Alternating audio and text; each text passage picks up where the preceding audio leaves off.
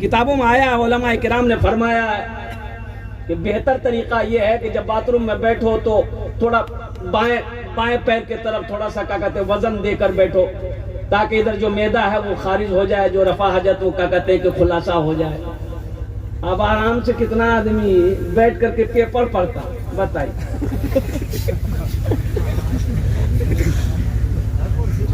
یہ کہاں سکھایا جائے گا؟ یہ مدرسوں میں سکھایا جائے گا، چٹائی پر بیٹھ کے یہ ہمارے علماء کرام سکھائیں گے کہ نبی کی سنت کیا ہے، نبی کی سیرت کیا ہے۔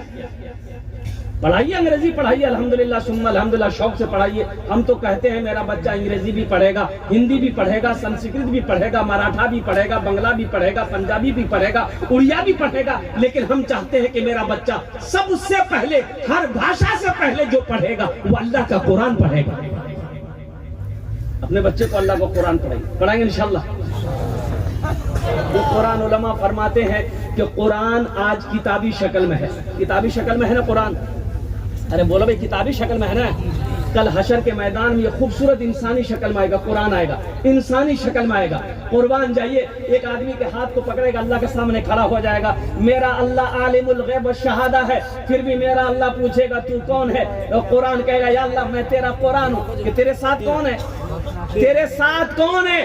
تو قربان جاؤ، یہ قرآن کہے گا یا اللہ مجھ قرآن کا قاری ہے، دنیا میں یہ مجھے پڑھا کرتا تھا، دنیا میں میری عزت کیا کرتا تھا، کبھی سینے سے لگاتا تھا، یا اللہ دنیا میں تیرا جو حکم تھا میرے اندر میں یہ اس پر اپنی زندگی گزارا کرتا تھا اور دنیا میں بڑی عزت کری ہے، اس لیے اللہ آج اس کا میں بدلہ چکانا چاہتا ہوں۔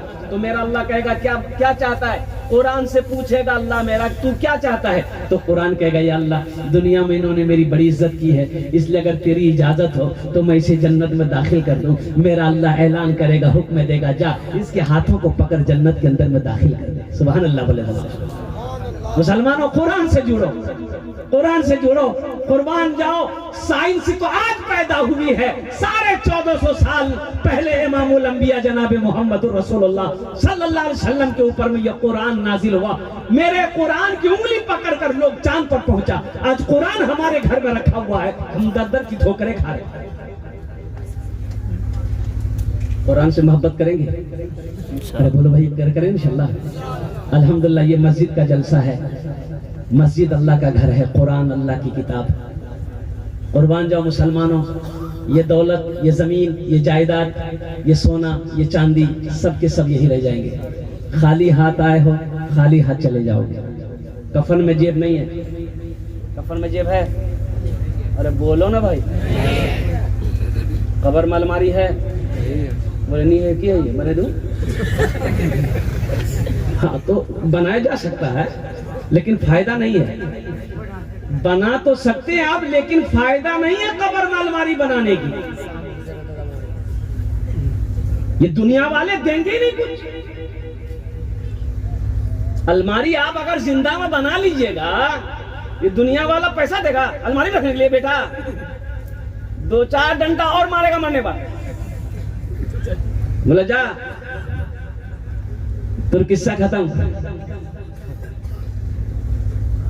اس لیے بتایا گیا، اللہ کے نبی جناب محمد رسول اللہ صلی اللہ علیہ وسلم نے ارشاد فرمایا کہ سب سے بہترین صدقہ وہ ہے جو رہتی زندگی اپنے ہاتھوں سے اللہ کے گھر میں جمع کر دو، بھیج دو آگے، یہ سب سے بہترین صدقہ ہے۔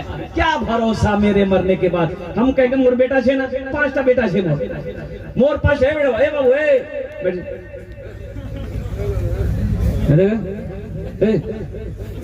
جا